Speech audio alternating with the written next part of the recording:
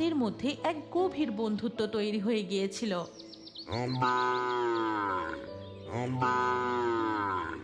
টুকটুকি হাম্বা হাম্বা করে যা বলতো বুড়িমা যেন তার সমস্ত কথা বুঝতে পারত।